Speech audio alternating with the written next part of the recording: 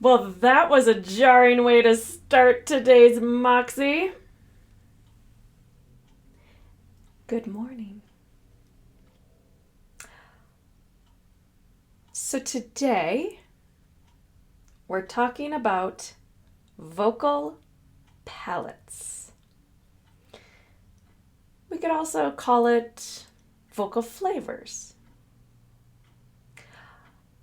Are you stuck making one type of sound? Or are you stuck thinking that one sound is what you should be creating? Do you feel like you're always striving to make that right sound? What is that right sound anyways? Like, which one is right? And how do you know? The glorious part about the human voice is that we get to create all different kinds of sounds. And so today we're going to kind of unpack some of the baggage that we have and try to unpack where do these ideas come from about a monotone palette of singing. Because everyone's voice is unique, and you make unique colors and sounds unique to you that I can't make. And so we want to discover those colors, and we want to celebrate the whole palette. So today I've got 3 ideas that I'm going to share with you about kind of where some of these ideas come from that might be holding us back from using our full palette of colors. And we'll be talking a little bit about what you guys think about creating lots of different shades in your palette. So I hope that you will join me and jump into the conversation with me live today and let me know what you're discovering about how you sing and the palette that you use. And yeah, jump into the conversation about the different colors that you like to make, or maybe your fear about using different shades of and vocal flavors. I'm Amy Mushel, and this is Monday Moxie. And so if you are joining me for the first time here at the broadcast, I'm so grateful that you have stopped by on the Book of Face. And I hope that you will jump into the conversation at Monday Moxie. Let me go back for a moment. So I'm from Mushel Music Studio. My name is Amy Mushel. And at Mushel Music Studio, I believe in nurturing the whole voice. And that includes the whole singer. And so that includes not just the voice, but also the mind and the full body. Because, hey, and let's not even really separate that out. We think of them as separate things, but your brain is a part of your body. So we're talking about nurturing the whole singer, whether that is your mind or whether that is the functional body parts. We want to include it all. And so today in the Moxie and every Monday at 10 a.m. Mountain Time, I come on live to foster whole body awareness, to talk about musicianship and self-confidence, all the things that you need in order to lead to a healthy vocal technique. Zetta Alderman, thank you so much for stopping by. Welcome to the broadcast. I'm so glad that you're here. If you are joining me live, I would love for you to pop a little note in the comments and join in the conversation, because ultimately I'm not really here to just talk and be the master. I'm really here to engage in conversation with you and find out what your thoughts are and really strike up a conversation. So, but there are a couple things that I want to share about our broadcast. First of all, if you love what you're hearing, Facebook loves when we get emojis on the broadcast because then they send it to more people. So if you want to help me get the broadcast out to more people, throw in your emojis, especially when you hear something that you like, because Facebook likes that, and I want to get this out to as many people as I possibly can because I think that this is important information. Thank you. I love all the emojis. How fun is that? Suzanne, I'm so glad that you're joining me live. Suzanne is one of my most faithful broadcast subscribers. Thank you for coming and joining me for more conversation. So the other thing that I want to share before we get going is that at the broadcast, when you hear something that you're like, ooh, that is a little gold nugget that I want to bring to the forefront for people watching on replay, or just you want to remember it, or you just want to tell me what's really landing for you, I would love for you to type in #gold and just type in whatever it is that you hear along with that hashtag so that we know, and I know, what's really landing and what's helpful for you. So let's dive into the broadcast conversation. Oh my gosh, you guys are amazing. I love all of those emojis. I just got to say it. So we're talking about vocal colors and we're talking about having a whole palette. Now, I don't know about you, but I was stuck for a really long time trying really hard to make a certain type of sound. And I have done a lot of unpacking of my own baggage, let's be honest. And what I want to ask you is, number one, have you ever had that same experience where you felt like there was a certain type of sound that was right, and so that was the bar that you set for every practice session, for every performance, for every voice lesson? Every time you opened your mouth, it was to create that sound. If that is familiar for you, just type in that sound. I know all about it. So here's the deal. My question for you is, what is your purpose for making that sound? So I've been thinking a little bit about this. And of course, if you've been to the broadcast before, you know I'm a big proponent of we have stories. We have stories that we have either created for ourselves, or we have stories that maybe other people have implanted, let's say. So think about what that sound is for you, if in fact you have that, and think about how that idea got into your head. Was it that you have heard other singers and you loved that sound, and all of a sudden your goal was to sound like that? Because I know a lot of students who come to me trying to sound like that person, whoever they are. And that's great. It's a great place to start. But what is it about that? What is it about that sound or that singer that makes you so excited?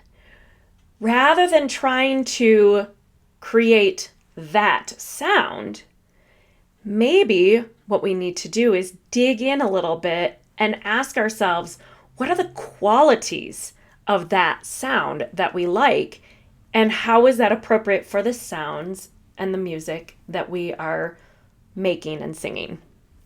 Sorry, I'm the other question that I have is, were you told by another person, perhaps another singer, a teacher? We in the voice world, we come from this master school where the teacher is the master, and we are here to try to live up to them and their wants and all the things that they put on us. And I'm questioning that. I'm questioning the mastermind set, mainly because things change. And what works for that person may not work for me. And so rather than thinking that our master teacher is godlike, I've totally fallen into this, by the way. I think that we have to see them as human beings trying to teach us and give us skills. And sometimes the skills may line up with where we're headed, and sometimes they may not. And both are okay.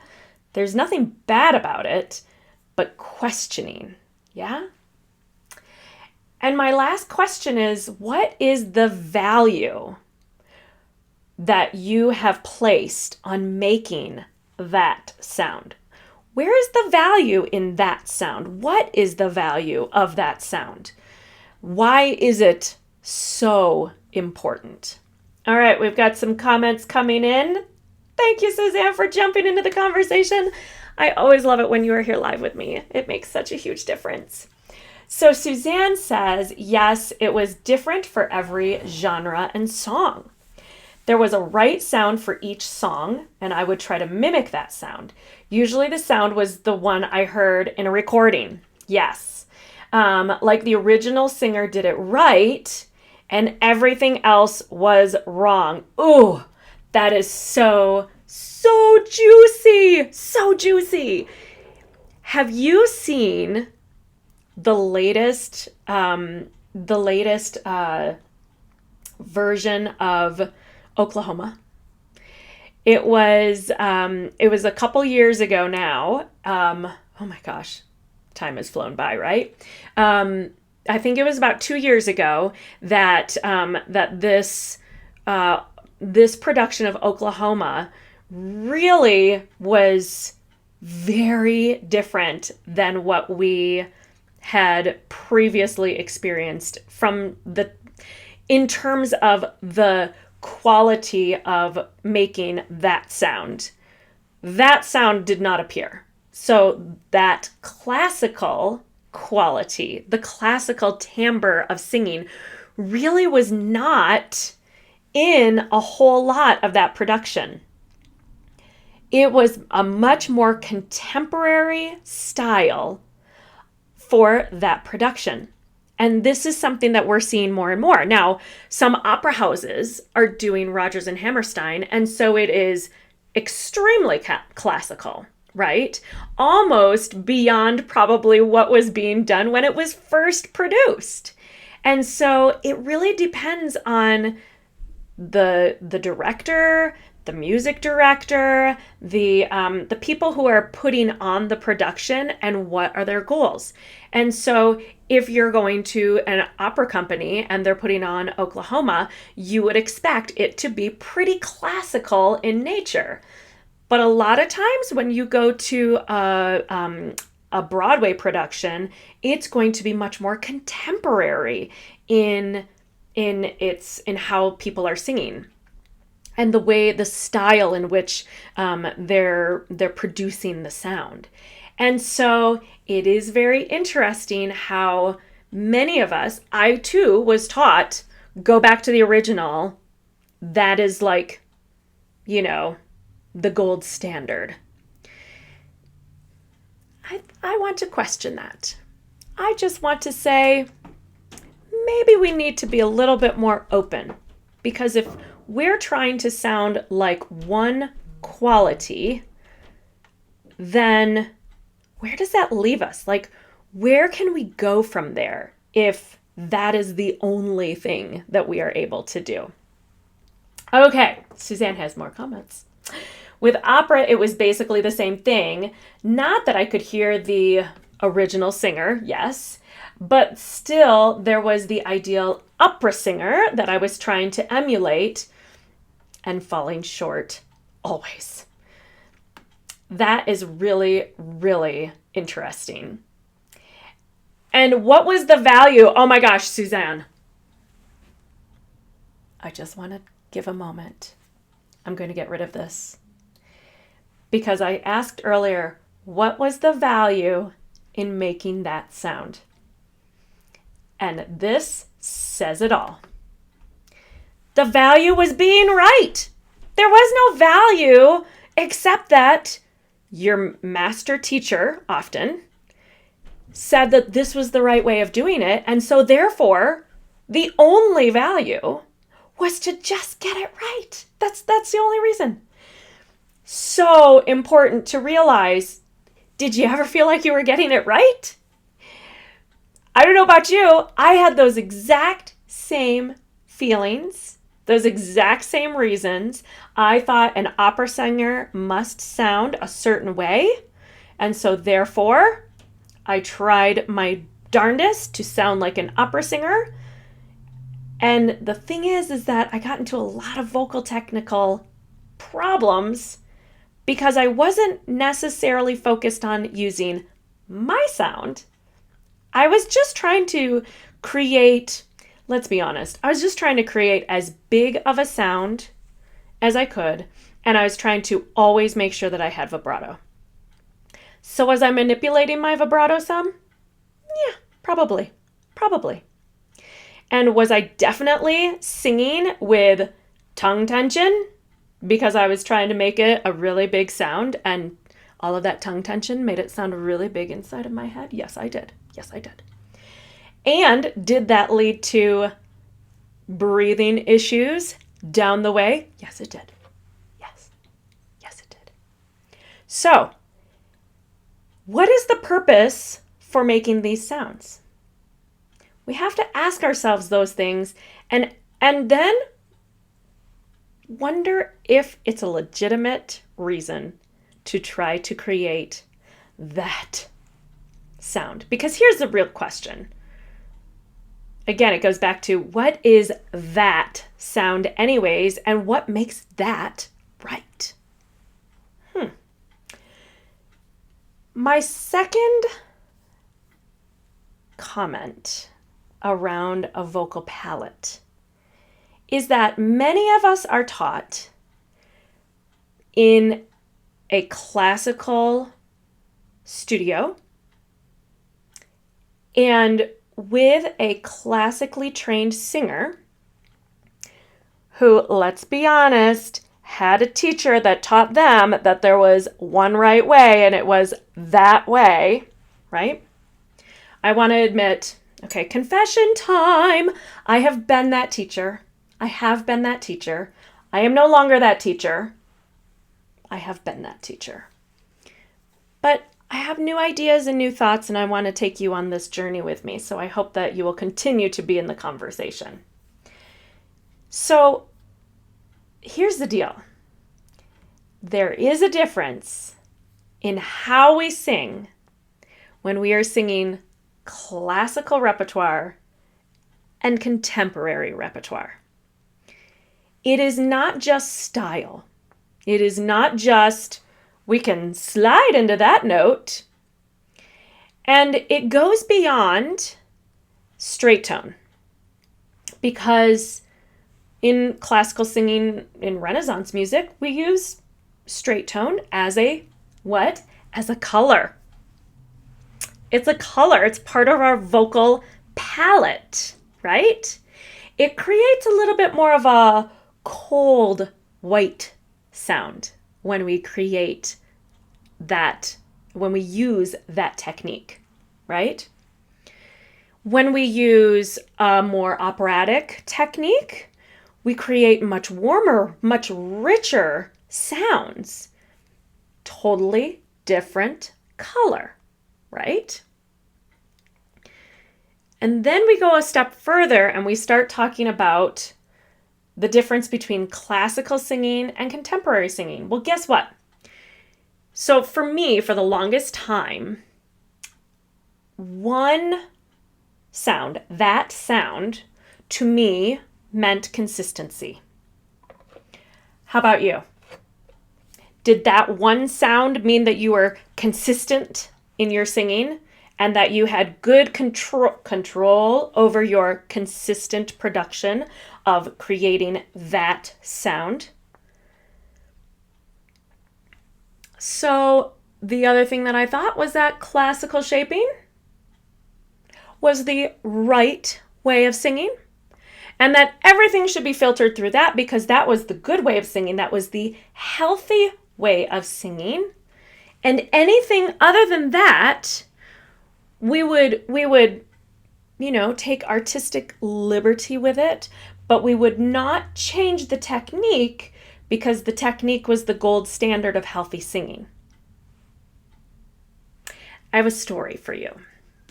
So I was asked by some friends to sing with her husband's band. He was in a classic rock band. And this was a long time ago. So I was not actively studying contemporary versus classical vocal technique at the time. And so when I started attempting to sing this classic rock, to sing with the band on a microphone at a bar, I was trying to do it with my classical shaping. Now let's just talk really briefly. We're just going to talk about some of the basics. So classical shaping to me meant that I had this for my head, right? Nice and straight. Now back then I would have also done this because I would have thought that I needed to do all of the pull the shoulders back and do all the things. So head this way, soft palate, absolutely, especially when you got to those higher parts of the belt, lots of soft palate, because otherwise, and I was trying to get my larynx to stay very stable. All good things for classical singing. Fantastic things for classical singing. And at that point, I'm pretty sure I was also trying to do lip shaping with a bit of a pucker. All of the things that we're taught for good opera singing, those are the things that I was trying to do when I was singing my classic rock. And the first time I sang, I remember so vividly my friend's husband, he was also a friend, he said, "Wow, that's a really big belt." And I thought, "Why, yes it is. Look at me. I'm belting and it's really big. Big must be better, right?" The thing is that it didn't work so well in a microphone because my belt was too big. Why? Because I was using all of my classical technique to amplify my voice as though I was going to sing over an orchestra and not in a microphone. So there is a reason why classical and contemporary shaping are different. And we're going to talk a little bit more about this as we move along this month. We're going to talk more about these different shapes. But the thing was that my belt was so huge that I had to really stand back from the microphone because otherwise I was going to blow it out. And I could not get into my belt mix up at the top of my range. Why? Because my belt was too big. I had way too much air pressure, volume, you name it. It was big, big, big, big, big, big, big. So here's the deal. Bigger is not always better. I said it. Bigger is not always better. And those of us who have had classical training, I don't know about you, but I am always like, bigger is better, more space, more space, more space, more space. Why? Because, well, yeah, if you're going to sing over a 50, 75-piece orchestra and you're singing by yourself with no microphone, bigger is better. But, big can kind of be boring. Because if it's all big, all the time, and it's all one sound, where is the expression? Am I right? Oh gosh, see, I just jumped ahead. I was supposed to stop for a minute and recap, but I got ahead of myself. But I'm going to go ahead and recap really fast. So we're talking about how can we find more vocal color in our vocal palette today here at Monday Moxie. And we're talking about how we can do it and why is it important, right? So my first point was we have to question our stories around what is the purpose for that sound that we have in our head that is so important to make. Why do we think that? And just question its validity. Because my guess is that not everything should have that sound. And Suzanne brought up a really good point, which I appreciate, Suzanne. You had said earlier that your opera sound was that sound. And when you were singing another genre, it was that sound. And it was often based on a singer that you had heard. So it wasn't that everything was a one size fits all, which I got to be honest, that's where I was. I was at a one size fits all. Classical singing is healthy singing. Therefore, one size fits all. This is the good technique. And I don't believe that anymore. So, number 2 was there is a difference between classical and contemporary singing. There is a totally different technique and use of our whole being that goes along with those two very different styles of singing, not just style, but also the way that they are delivered. So again, we'll talk a little bit more about that in the next broadcast. My third point in today's Moxie is what I kind of alluded to just a moment ago. If everything is the same and that sound is a one size fits all, where is your nuance? Where is your expression? Different colors create so many more choices, more opportunities to create different qualities of sound, and more opportunities to communicate more clearly with your audience. One sound can be really boring, right? If everything sounds the same. Now, here's the thing. Qualifiers. If you're an opera singer and you're singing bel canto,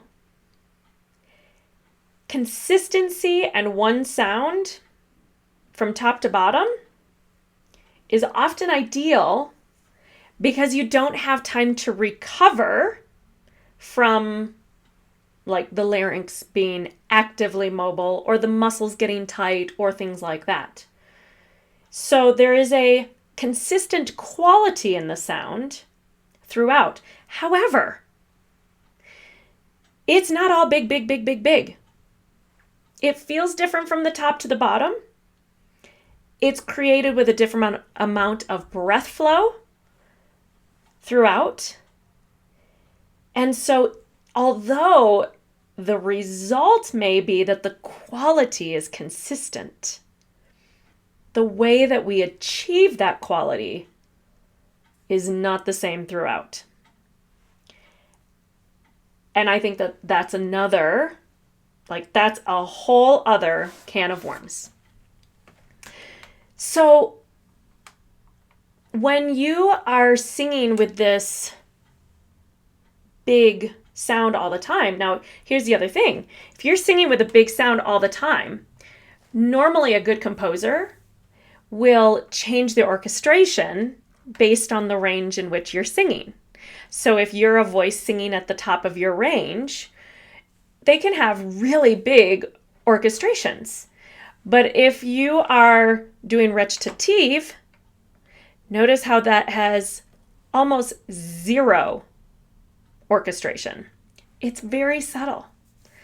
And the reason for that is because they know that you can't amplify your sound and cut through a full orchestration at that level. So there is nuance even within the context of an aria or an opera. Sometimes we're not aware of that, especially when we're listening to it on the radio or on a CD. Does anybody listen to CDs anymore? Meh. Streaming. You can't always tell all of the nuance that's happening on stage as you can when you're there. The other thing is that there is nuance. Well, let me back up for a second. So if you're singing bel canto, and we talked about how one color can be kind of boring, bel canto is more like it's the Olympics of singing, right? It is so hard to get out all of those runs and cadenzas and be all across this range, huge range, very quickly. And so the fireworks are kind of in just being able to stay consistent in your delivery throughout the entire range. That is what makes it amazing. But if you transfer that into other genres, you might be missing out on really being able to color the intention of the words and being able to share with your audience what the emotions are. Because if everything is big all the time, where is your nuance? Where is your communication? How are you serving the text and sharing the information in an accessible way? I want you to think about this. If I deliver all of this with the same quality all of the time, and everything is very consistent, all of a sudden it sounds like I have no nuance. I am very monotone. I may, in fact, be giving a little bit more inflection than I am actually trying to do because it's really hard not to do it. But did you notice? My volume stayed the same, my space stayed the same. I was changing and inflecting the voice, but everything is basically staying the same. How's that landing for you? I don't know about you, but I like a little variety, right? Because that's how we communicate. It's not a one-size-fits-all in how we communicate. So, we're going to continue, as I said, we're going to continue this conversation talking a little bit more about classical and contemporary singing and how those techniques are different. And this is just to kind of break the ice.